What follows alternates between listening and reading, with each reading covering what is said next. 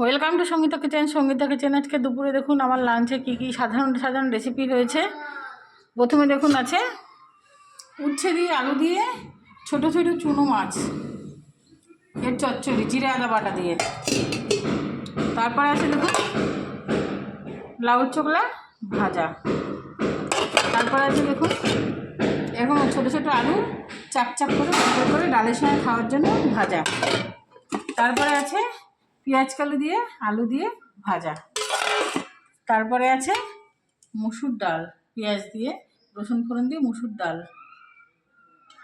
আর আছে আলু দিয়ে জিরে বাটা আদা বাটা দিয়ে কাতলা মাছের ঝোল।